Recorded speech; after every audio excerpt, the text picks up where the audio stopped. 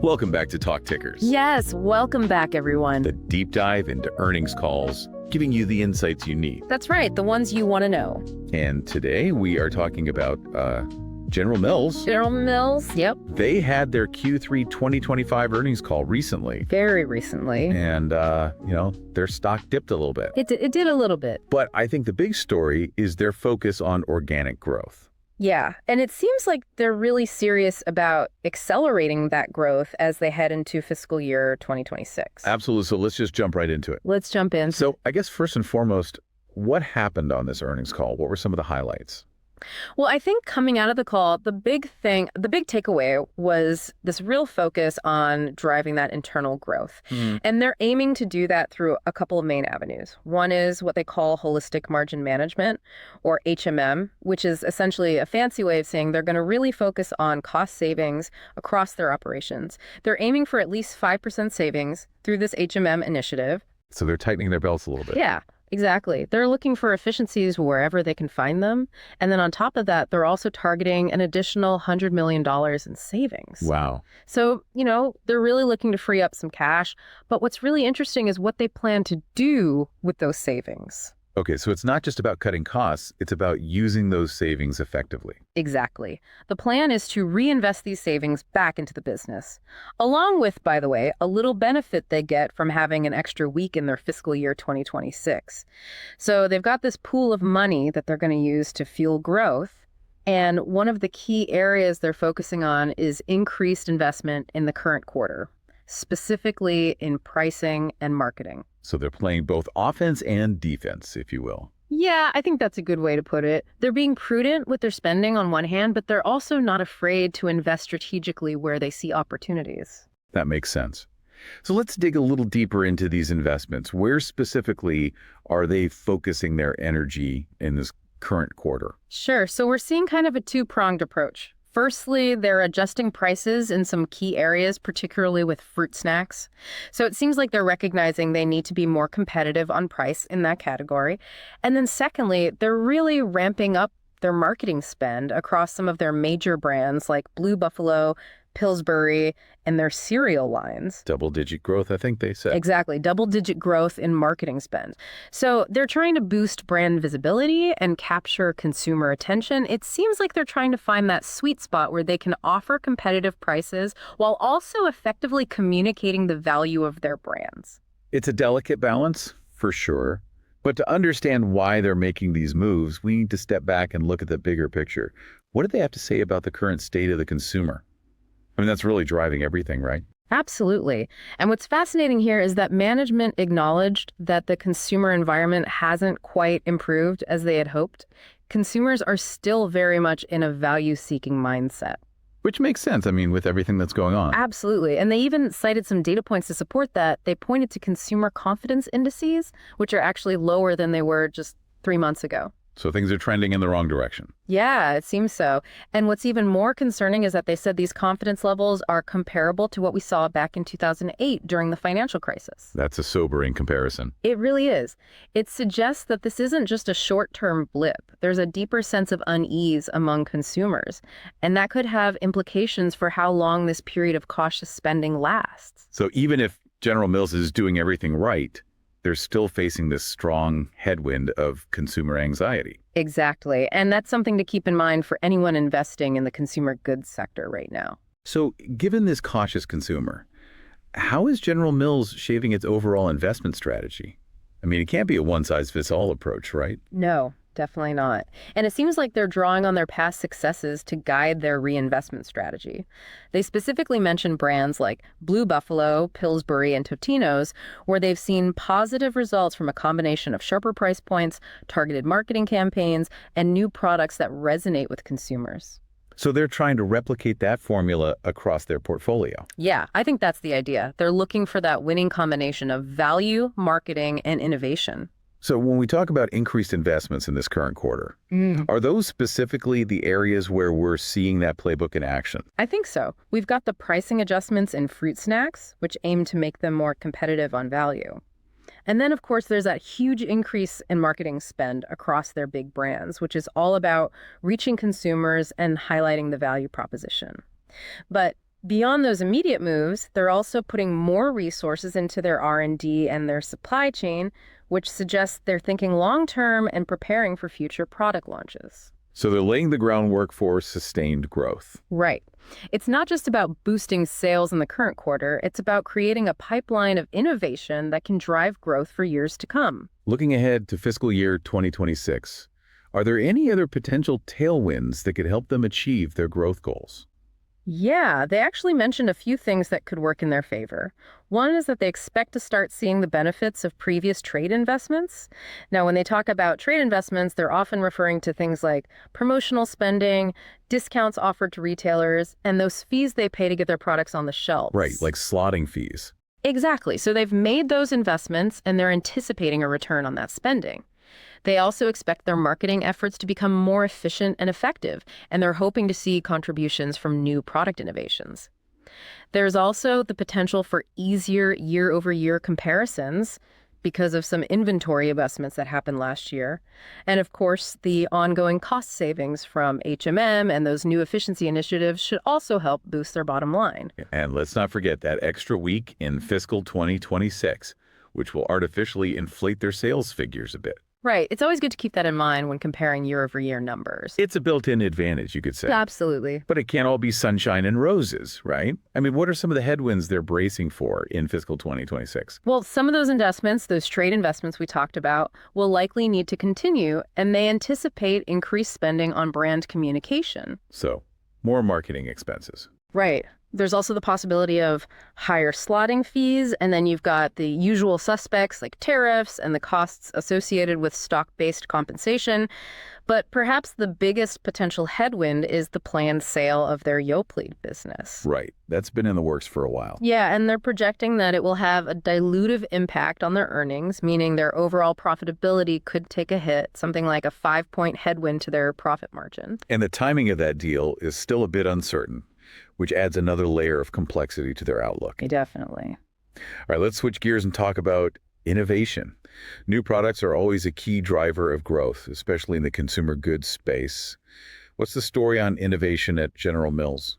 Well, they made an interesting point about the broader food industry. They said that the pace of new product innovation across the entire sector is still lagging behind pre-COVID levels. So everyone's being a bit more cautious.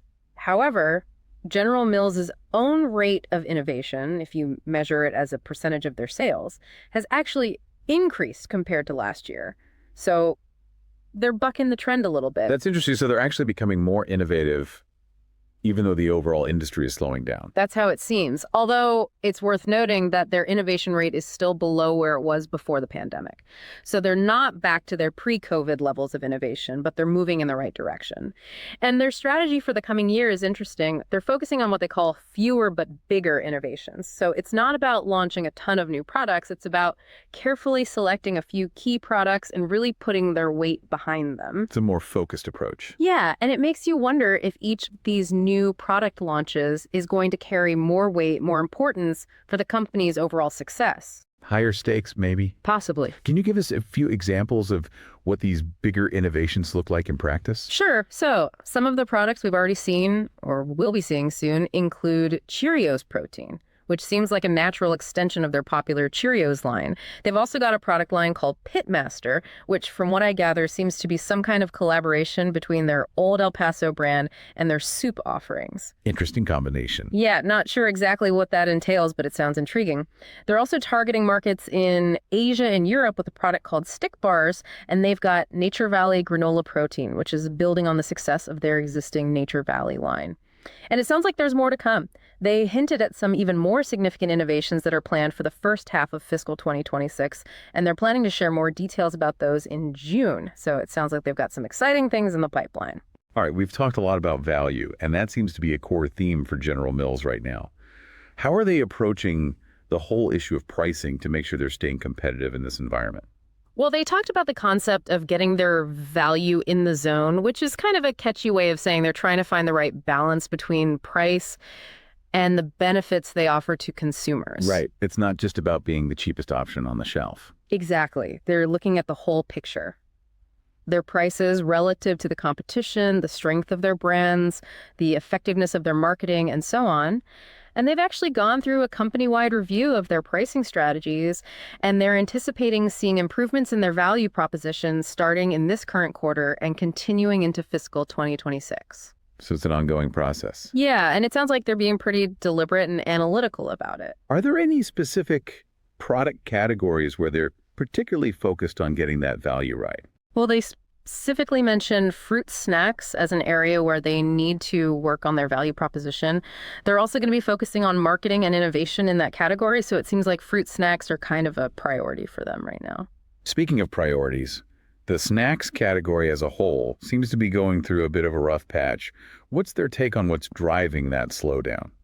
Well, they're attributing it largely to that decrease in consumer confidence that we talked about earlier.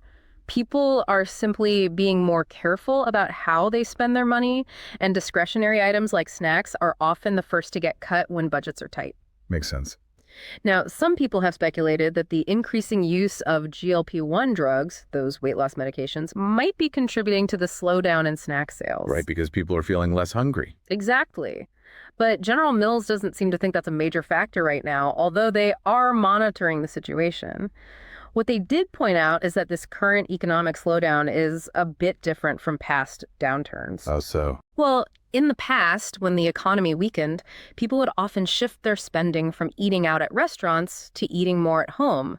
But this time around, people are already eating at home quite a bit. Because of the pandemic and everything. Right. So there's less room for that shift to happen. And that means that staple food categories, the things people need to stock their pantries, are actually growing faster than discretionary categories like snacks. So it's a bit of a double whammy for the snack category. Yeah, I think that's a good way to put it.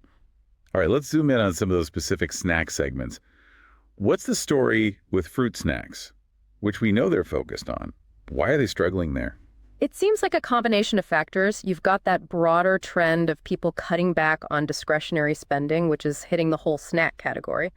But then within fruit snacks, there's also increased competition from private label brands. So the store brands are taking market share.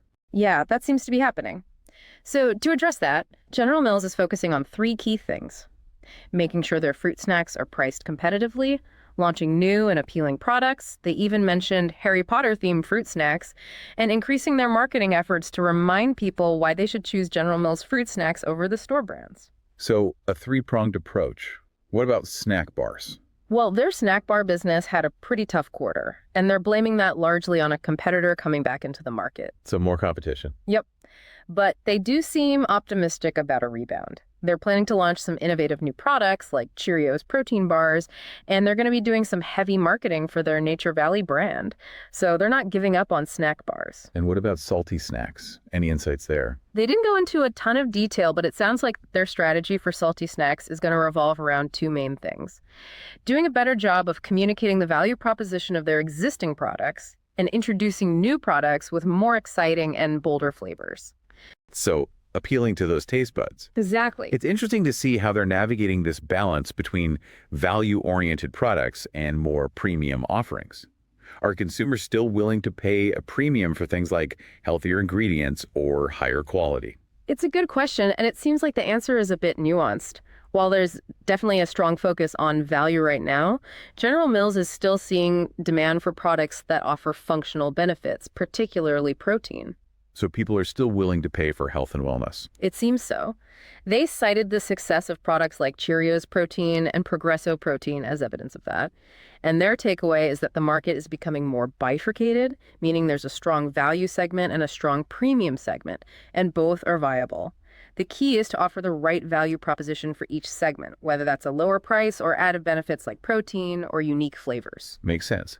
So how does General Mills' overall growth stack up against the growth of the broader food categories they compete in? Well, the categories they operate in are growing at a decent pace, around 1%. And if you look at their volume growth, meaning the actual number of units they're selling, they're actually performing in line with what you'd expect to see for 2 to 3% growth overall. So their volume is good. Yeah, the issue is the price mix. They're not getting as much of a lift from price increases as they might have in the past. So their immediate goal is to become more competitive on price and regain market share, focusing on volume growth initially. And they plan to do that by getting their value proposition right and effectively marketing their products. Okay, let's talk cereal. That's always a hot topic in the food world. What's the latest from General Mills on that front? Well, their U.S. retail cereal sales were down mid-single digits in the third quarter, but that was largely in line with their internal expectations. They pointed to some timing issues with inventory from the previous quarter and less promotional activity compared to last year when they had a bit of a boost from a competitor being out of stock. But they're confident that they'll see an improvement in the fourth quarter. Okay, and what's driving that confidence? A few things. They're planning to increase their advertising spend. They don't have that inventory overhang anymore. And they're planning some strong promotional activities. So they're going to be putting more resources behind cereal in the coming months. And what about their long-term strategy for cereal? It sounds like they're going to continue to focus on meeting evolving consumer needs. They're going to keep innovating, whether that's adding functional benefits like protein, as they've done with Cheerios protein, or creating new flavors that appeal to different tastes, as they've done with Ghost cereal. But they're also going to continue to support their classic brands like Lucky Charms and Cinnamon Toast Crunch, which still have a loyal following. So a mix of old and new. Yeah, I think that's the right approach. You've got to keep those core customers happy while also attracting new ones. Makes sense. Finally, we haven't talked much about their pet food business. Anything noteworthy there? Yeah, their pet food sales were actually dragged down a bit in the third quarter, about 5 percentage points. And what was the culprit there? It sounds like it was mainly due to retailers adjusting their inventory levels, primarily for dry pet food. So not necessarily a demand issue, more of a supply chain issue. Right. It seems like retailers were carrying a bit too much inventory, so they cut back on their orders, and that impacted General Mills' sales. Now, they did mention that pet food inventory levels tend to be more volatile than other categories, possibly because of the role of e-commerce, but they believe that current inventory levels are pretty healthy, so they're not expecting another big drawdown in the near future. Good to know. All right. So that was a very comprehensive look at the General Mills Q3 earnings call. Lots of moving parts, lots to think about. But now comes the fun part. The fun part. Well, at least for us. It's time for our This Is Not Financial Advice segment. Ah, yes. The disclaimer is right in the name. Where we take everything we've just learned and try to come up with an outrageous but plausible trade idea. The more outrageous, the better. Within reason, of course. And always keeping in mind that this is purely hypothetical and should not be taken as actual financial advice. Of course, of course. Just a thought experiment. Right. So what crazy idea have you cooked up based on all this General Mills news? All right, so here's what I'm thinking. We know that General Mills is really focusing on value in the fruit snacks category. They're trying to get their pricing right, and they're facing increased competition from store brands. But at the same time, they're also dealing with this competitor coming back into the snack bar market. So what if we play both sides of that? I like where this is going. So on the long side, we could take a position in a company that makes premium snack bars. The thinking here is that even though there's this big push for value, there's still a segment of consumers who are willing to pay a premium for snack bars that are perceived as healthier, maybe made with higher quality ingredients. So while General Mills is battling it out in the value snack bar space, this other company could be benefiting from that trend towards premiumization. Okay, so that's our long position. What about the short side? How do we hedge this bet? Well, since we're not entirely convinced that General Mills' efforts to boost organic growth will be successful right away, especially with the consumer environment being what it is, we could short a broad packaged foods ETF. That would give us exposure to the overall sector and protect us if General Mills' results disappoint or if the whole packaged foods industry continues to face headwinds. So long premium snack bars, short packaged foods ETF, a classic pairs trade. Outrageous. Maybe. Plausible. Potentially. But definitely not financial advice. Absolutely not. Do your own research, folks. Talk to a financial advisor. Don't just blindly follow our crazy ideas. But it's fun to think about, right? Oh, absolutely. That's what makes this segment so enjoyable. All right, well, that wraps up our deep dive into the General Mills Q3 2025 earnings call. Thanks for joining us. Yeah, thanks for listening, everyone. And what stood out to you from this conversation? Was it the focus on value, the innovation pipeline, or maybe our wild trade idea? We want to hear your thoughts. Absolutely. Let us know in the comments. This has been Talk Tickers, where we give you more than just the headlines. We'll be back next time with another deep dive into a crucial earnings call. See you then.